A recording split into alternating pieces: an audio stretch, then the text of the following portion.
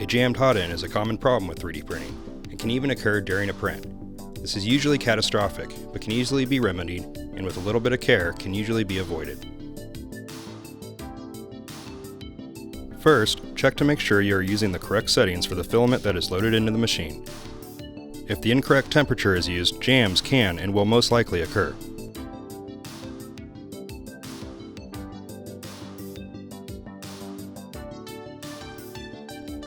Second, always check your nozzle and do preventative maintenance if needed. This includes cleaning the brass brush of filament debris, cleaning the nozzle itself, or completely swapping a worn nozzle out for a new one. It's a good idea to change nozzles every 200 hours. Third, check the filament. If your filament is too thin or too large in diameter, jams will occur.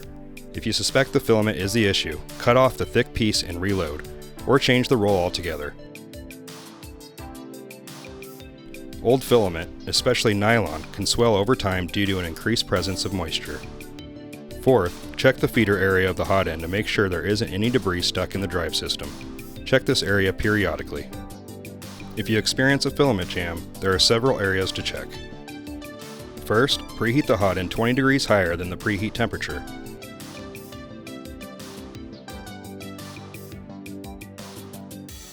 Remove the filament, cut it at a 45-degree angle, and refeed.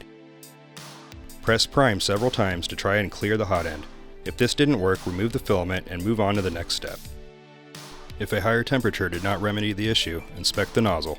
If the nozzle appears worn down, is rounded, and has a deformed orifice, it needs to be replaced.